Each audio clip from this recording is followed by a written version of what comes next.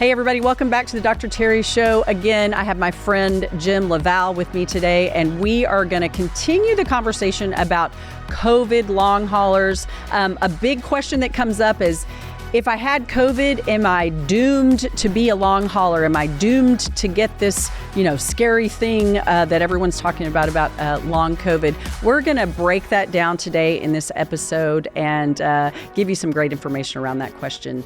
Come on and join us in the conversation.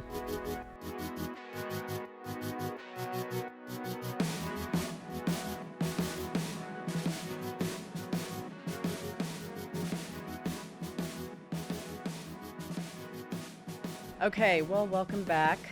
It's fun to have these conversations, but also probably creates a lot more questions for people listening. Always. I mean, I've got all these questions, but a really kind of interesting question that kind of came up in between, these episodes was, if I get COVID or if I've had COVID, which pretty much all of us have, right. Am I doomed for this long haul conversation? And why are some people long haulers and some people aren't long haulers? How does this work? Yeah, I know, Terry, I think I end up with a lot of questions too. And I think the biggest thing that people have to realize that, first of all, we're all unique.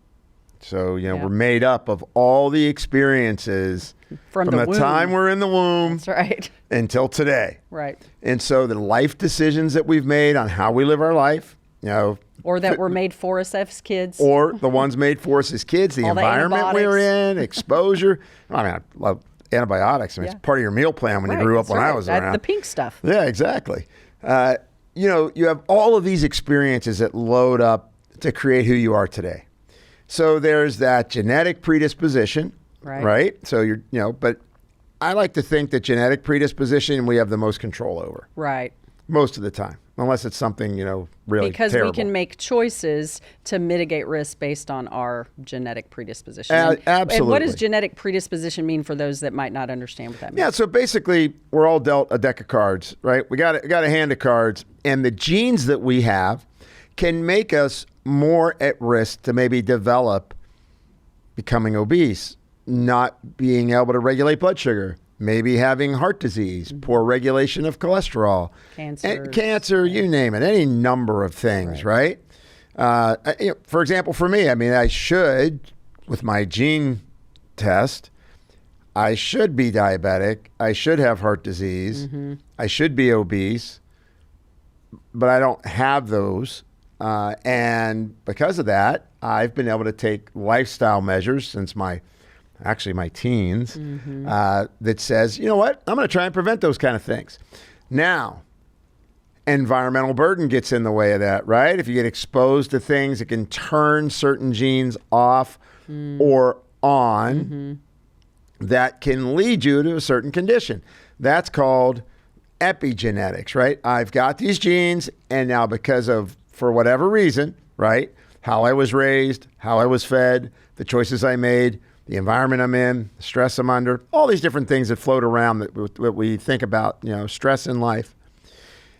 Now my genes, like a big master switchboard, right? If you think about your circuit breaker box at your house. That's good. Now we start flicking on or off those genes, right? So if you think about it like that circuit breaker box, if I go into my living room and turn on my lamp, no light comes on. I'll replace the bulb. And you replace the bulb and the light doesn't turn on. Okay, maybe it's not plugged in. I go and I look, my gosh, it's plugged in. Now I go out to the circuit breaker box and, it blew. I need to flip it back on and now the light comes on. Think of your life and your chemistry. You flip those switches off due to all the things that either happened to you or that you did to yourself. Right. And now you have the opportunity to say, what do I do to turn those circuit breakers back so that everything is flowing in a proper way for your health? That's a great analogy.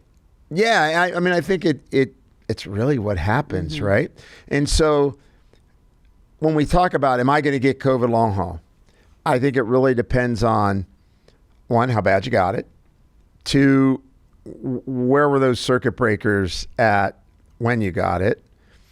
And the third piece is just being responsible about your health and not paranoid, right? Yeah. Oh my gosh, I coughed 3 times. Do I have long haul? Right. But responsible but not paranoid is, let me work with a healthcare provider that I trust. Let me look at That labs understands. and understands, right? Make sure they have a knowledge base. And then get regular testing, which you should be doing anyway for your health at least twice a year. Get a blood test. Right. Or if it's urine or if it's saliva, whatever you're going to use as a part of your measurements, all of them could be valuable, including even pH of your urine could be valuable, right? So, but really take a proactive approach instead of a reactive approach. Right. So I think if you've had it, Oh, I got to say something about that. go. That is such a good concept because it's the basis of everything you and I teach and we talk about.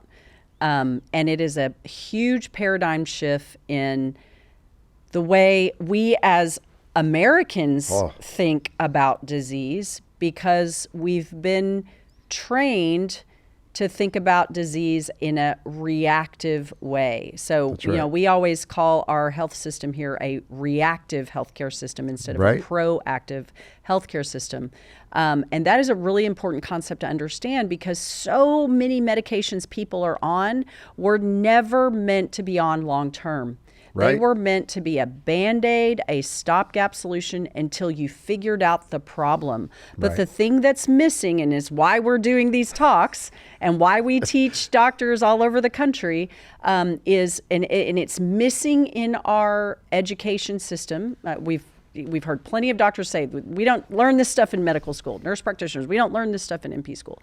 But what's missing is the preventative aspect. So I really want to hone in on that concept, because I want people to kind of start thinking that way instead of waiting for it to happen. Right.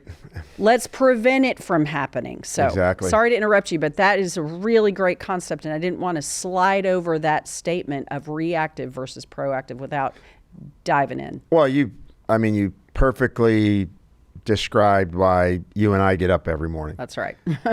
For me, now I've taught in pharmacy school. I've taught in medical school. I still teach in a program at George Washington School of Medicine as an adjunct faculty for the Integrative Medicine Master's Program. And it's really encouraging to see that more people are grabbing onto this. Since COVID, for sure, right? People go, hey, I want to personalize my health. I'm willing to invest my time, my money, my effort for not just myself, but my family. I want to know in an earlier phase. I think the big challenge is still that people sometimes don't get motivated until they get scared enough. That's right. I think I'm motivated out of being scared of not being well. Yeah.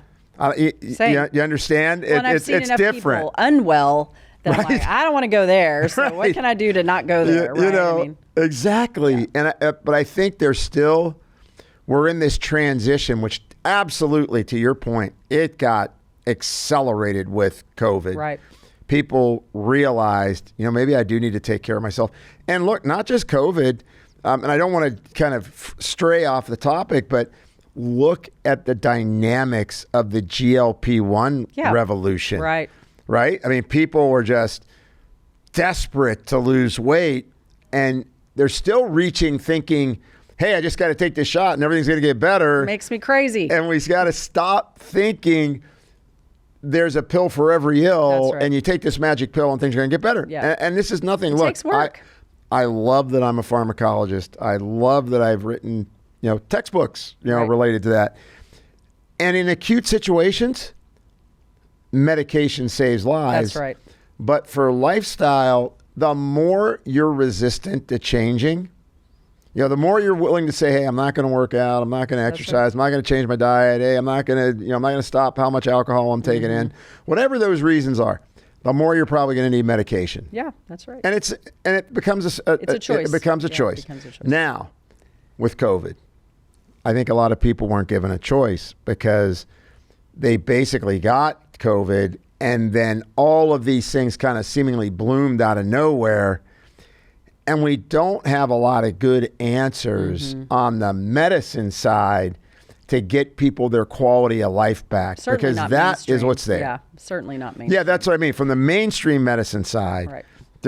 it's, what are we going to do? Well, everybody's waiting for pharma to come up with a pill that's going to fix this long haul, and that ain't going to happen. Yeah, I don't Full think stop. so either. I mean, Yeah. like, it's just, I don't know how, well. It's too diverse. It's too diverse. That's right. Yeah, I mean, unless you take a comprehensive view, like you mentioned, the gut, and I mean, I've spent my life researching the gut. I think mainly because that was the thing that really took me down a really poor rabbit hole of health Right. when I was early in my life. And you look at that gut health piece, and it's interesting because you had mentioned it in the previous episode, and I just love when anytime someone talks about lipopolysaccharide, I kind of get excited. Yep. Because now we're starting to understand that when that lipopolysaccharide, so what that is, right, is bacteria in the gut breakdown, or because, like in COVID, it attacked the immune system in the gut, bad flora start to predominate, good flora die off, we start to make more lipopolysaccharide. That crosses the blood-brain barrier. Yep. And so one of the big symptoms related, in COVID is, gosh, I'm foggy headed. My brain feels fatigued. I just, I'm depressed now, or for whatever symptom that they're experiencing. See, as lipopolysaccharide triggers your immune system in your brain, you trigger the microglial cells, basically the immune cells in your brain that are trafficking and controlling things. See, what happens is now you start to create other compounds that come to the rescue, and they're supposed to only be released for a little bit of time. But they stay out there. So the big one that's associated now with Alzheimer's and dementia, memory loss, galectin-3. Yep. And so galectin-3 says, hey, I'm coming to the rescue. We're going to bind up all that lipopolysaccharide. But the problem is you keep making too much of that galectin-3, which then triggers, neuroinflammation, and you get a lot of problems in the brain then. So I think it's that issue of people got to make a decision of, what they're going to do, but they got to understand, well, how did this happen and where's the effect? Right. So the gut piece is really big because it ties directly into the all brain. of it. So you were talking about, you have your genes, then you have your epigenetics, you talked about environmental burden, which means all of the stressors, whether physical, emotional, mental, it doesn't matter. Exposure to mold and toxins and, so much stuff that our bodies normally, before we messed up our diet and our guts and, when we were growing up as kids, our bodies had the ability to take care of all this stuff. But now we've messed up our gut and all of these things with all these stressors and phones and, everything that's coming at us. We weren't designed to be always, the computer wasn't designed to always be running 24/7. We can also talk about not sleeping well and melatonin and its profound impact on the heart and all of that stuff. So you have all these things that layer in. So when people say, oh, am I, going back to the original question that we started with, oh, am I just doomed to be a COVID long hauler? Right. It depends on all of these factors. That's right. So there's factors we can't change, like our genetics. But everything else we kind of can do something about. The stress in our life, the way we eat, our gut, all of those kinds of things, which we're going to get to prevention and treatment for sure. But I want to continue to talk about lipopolysaccharides and also the impact on the heart. We started talking about COVID and cardiovascular disease and messing up the autonomic nervous system and causing arrhythmias and all those things. But let's kind of talk a little bit more about that, because of all the things we're seeing with long haulers, it seems like that's kind of that's a big one. That's a really big one. Yeah, it is. And so, it's interesting when you talk to integrative cardiologists, you know what they think they are now? They say, I think I'm more a gastroenterologist than I am a cardiologist. Well, and I'll have patients go, I think I have leaky gut. Should I see a GI doctor? I'm like, No, probably not. I mean, unless you find an integrative gastroenterologist that's really looking at the gut, which is happening more and more. Oh, absolutely. But I digress. Go ahead. No, I think you're right on, because when I started talking about leaky gut, 1997, there's maybe 3 or 4 papers you could hang your hat on, but a lot of clinical evidence. Right. Now, publications are coming out about gut permeability changes. Yep.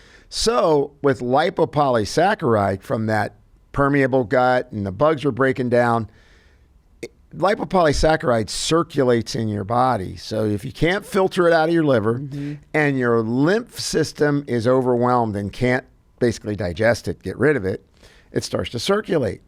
And the problem is it attaches to your organs and tissues. And one of the big organs that get affected is your heart. Yep. So when lipopolysaccharide attaches to the heart, it triggers inflammation chemistry. That's going to create, once again, when you get inflammation in your cells, now I'm starting to get mitochondrial failure.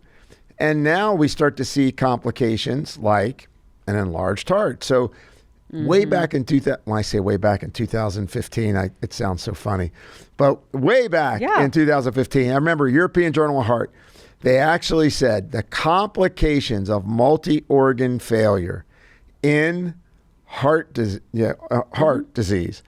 So multi-organ failure occurs because you can't pump enough blood into the intestine. Now you don't nourish the microbiome. The bugs die off. The lipopolysaccharide circulates, attaches to all the other organs, and triggers multi-organ inflammation and then damage and failure. And so for a lot of people, if the gut's affected and you're circulating a bunch of lipopolysaccharide, so one, you could have a direct effect on the heart, right? It attaches to the heart and makes that happen. But the big problem is when you trigger inflammation or metaflammation, you make more bad actor lipids, which damages the lining of the arteries as well as allows for smaller particle, lipids to bore into that inner lining of the arteries. And then your immune system, which is already charged up. Remember, we talked about that in the first one, that your immune system is actually overcharged. Macrophages from your immune system, from your white blood cells, attack those lipids that are on the inner lining of the artery because they want to get them off of there. Yep. But instead what happens is you start to form plaque. Yep. And so I think it's amazing that our body's got all these unique defenses. Yeah. But when we're always playing defense, because of what you said, right? I looking at my phone, I'm not sleeping, I'm eating a Twinkie, whatever the reason is, right?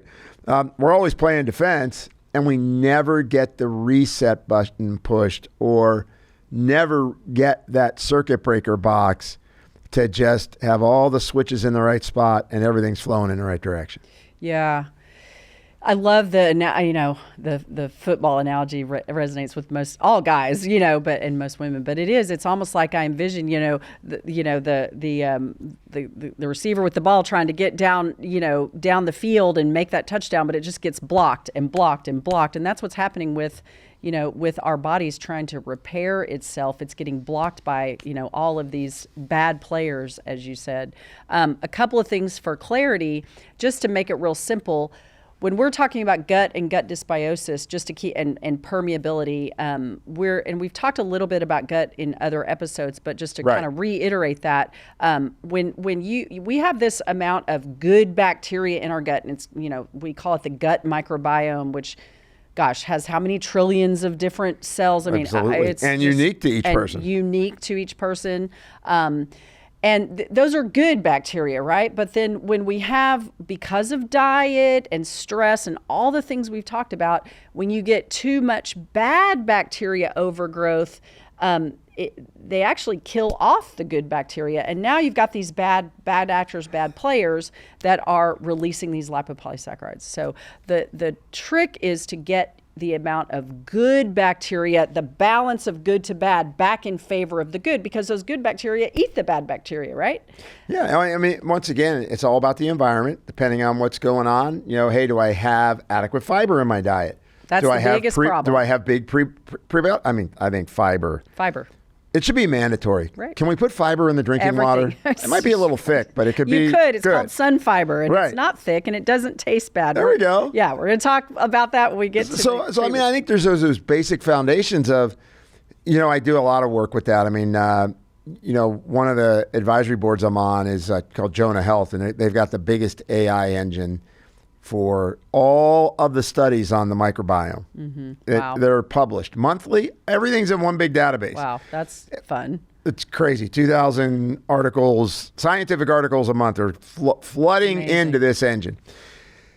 And so the big issue I see is exactly that, is that, when we have disruptions, and it's not, look, you could have an infection, like a real bug that's a bad bug, like a Clostridium or something, right? That's a whole different ball game. You got to get that cleaned up. But it's this thought that commensal or unfriendly flora imbalance us, and then now my immune system, and I would even take football another way. The best defense in the world will never win a game because you still have to score. Yeah, that's good. Right? So it's both. It's like if I'm always defending, Right. if I'm always on that defense, I can never get off the field. Right. And That's eventually the other team's going to win. And so that's kind of how I think of when we chronically allow for the unfriendly flora to be kind of disrupted in the gut.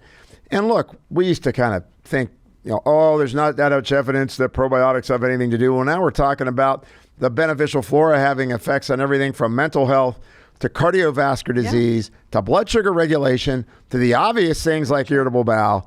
Listen, Hippocrates said it. All disease begins in the gut. Brilliant guy. I mean, it really does. Yeah, and what I think people might not appreciate, so when we talk about a leaky gut or a permeable gut, when that happens, you got to remember you're only one cell layer thick in your gut lining. And when that gets compromised, bacteria that don't belong in your bloodstream can kind of get through. It's called, bacterial translocation. Well, it's just basically bacteria get through that, the gaps. Into the bloodstream. And start to create problems for your immune system. Your immune system now is always playing defense.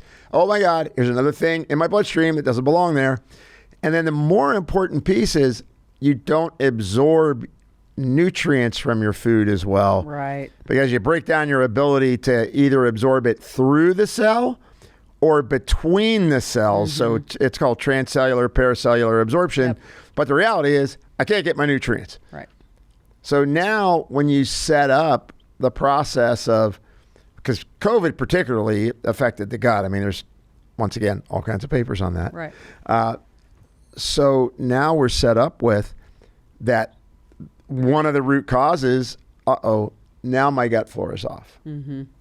Yeah. And gosh, I want to kind of stick to one topic, but there's so many ways we can go, because that makes me think of all the uptick in autoimmune disorders and eczema, psoriasis, skin things coming up. Right. And even I just kind of started thinking about, even in young children, that were maybe born around that time of COVID, or maybe their mom was pregnant and got COVID, and how does that infect? Because it does, right? Sure.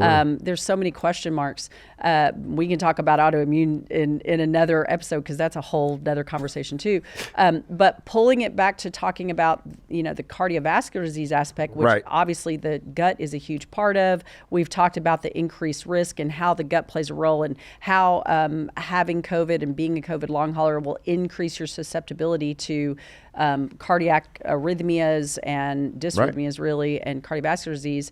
But let's talk a little bit about, we're going to talk about now about when we talk about testing, what's important to look at. And I hear this all the time. I have patients come in and it's like, I want to get my cholesterol checked.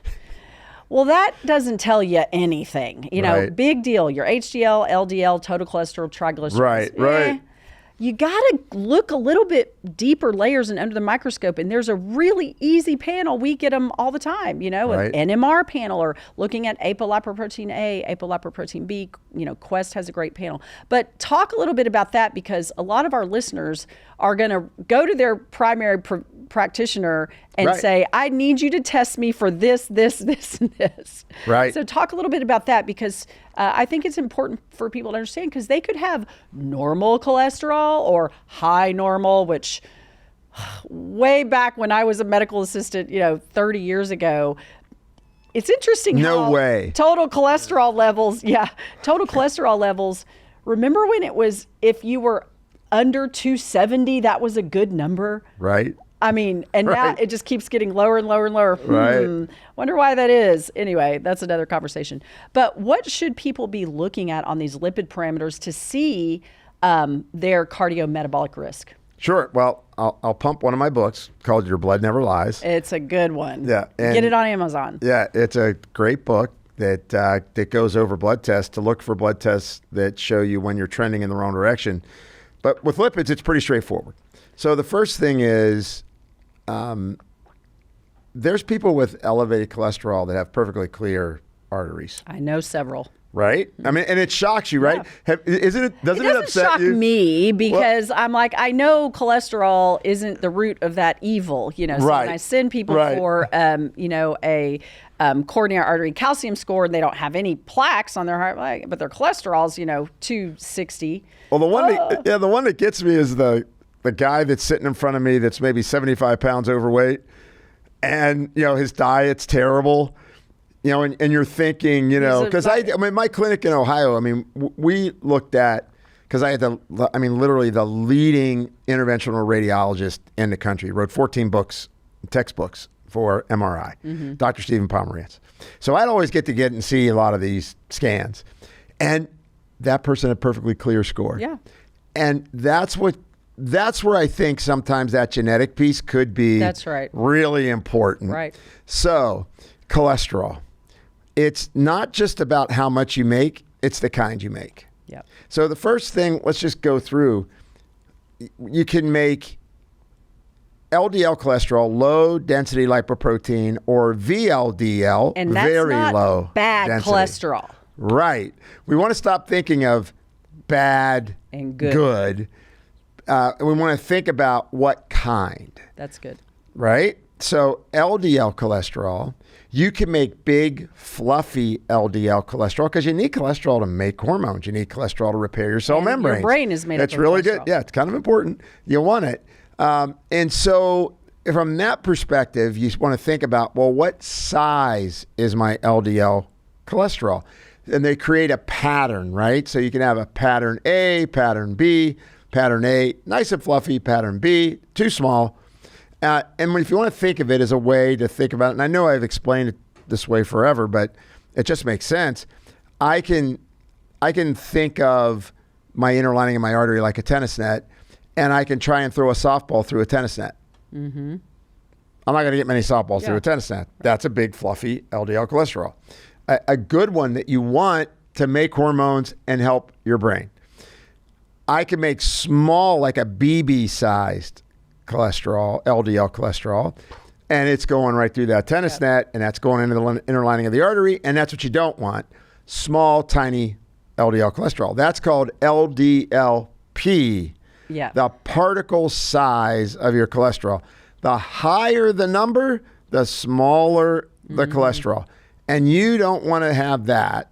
And what, common things that I know we talk about that cause it: stress, high cortisol, insulin resistance. A couple of the common ones, probably lack of estrogen. I bet you've looked at and seen that, estradiol. So that's one. Now, HDLs are the same way. So if you want to go, HDLs are good cholesterol. Not all of them. Yep, exactly. So you want to have fluffy HDL, same thing. Particle size matters. So just because you have a big HDL number doesn't mean, hey, I'm amazing. Yeah. It's just a sign of, well, at least you're not making, the small LDL, but you still want to look at the HDL. And now there's the fraction of your cholesterol called lipoproteins. right? So you mentioned apolipoprotein B, apolipoprotein A. So am I making these fractions of lipoproteins that are associated with heart disease? So am I making high amounts of those? And once again, what I love about every time I talk to you, Terri, and come to your clinic, hear you talk, you always emphasize lifestyle. Because when you think about it, everything we were discussing, what really modifies those lipids, lifestyle choices are things that happen to us, exposures, metabolic inflammation starts to kind of remodel these. And then, like for example, lipoprotein little a. It's a marker that goes up if you've got familial history of diabetes or you are a diabetic, you can be more prone to make that go high. And when that's high, that is definitely associated with decreasing your longevity. So why not measure, is my lipoprotein little a, high? And if it is, and you're going to a practitioner that you trust and is knowledgeable, they're going to tell you to stop eating so much sugar. That's right. And manage your carbohydrate intake. Let's look at your insulin and glucose, as well as other parameters. And then there's things like looking at how sticky your blood is. What's your fibrinogen level like? What is your oxidized LDL? So when you hear oxidized LDL, people go, oh my gosh, what's that mean? Think about it as rusted LDL. Like oxidation is just what happens to your bumper. Right? It's not good. No, it's not good. It's not pretty anymore. And, and we like to call it patina, but it really isn't. It's not patina. So you don't want to have a high rate of rusting. And you can measure that with oxidized LDL. So an advanced lipid panel, I think, really gives people a big insight to our number one killer. Heart disease. That relates to, once again, staying on track with when you've had COVID and you're a COVID long hauler, you're making more inflammation compounds and inflammatory cytokines that can lead you to triggering more of that behavior in your lipids. It can lead you to making more of those particles that increase your risk. When those little BBs are going through the tennis net and sticking on the other side, what's it doing to the lining of your vessels in your heart? Well, you get intimal medial thickness called IMT. But I mean, basically what it means is you're thickening the inner lining of the artery because that thickening is actually being triggered by inflammatory compounds, as well as the fact that the cholesterol's there.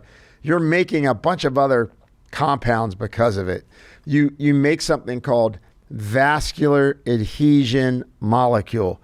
What's that doing? Hey, guess what? I'm gonna put some super glue on that little BB. Everything that passes by, it's gonna just grab it and stick it. And so we can really make a change in that.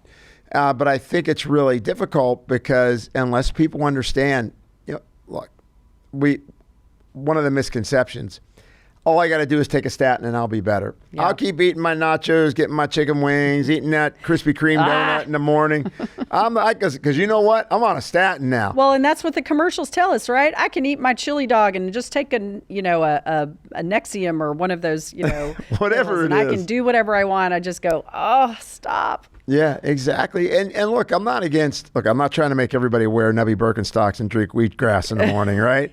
I mean, might be a personal choice. I don't know. But it's just about trying to get more responsible decisions.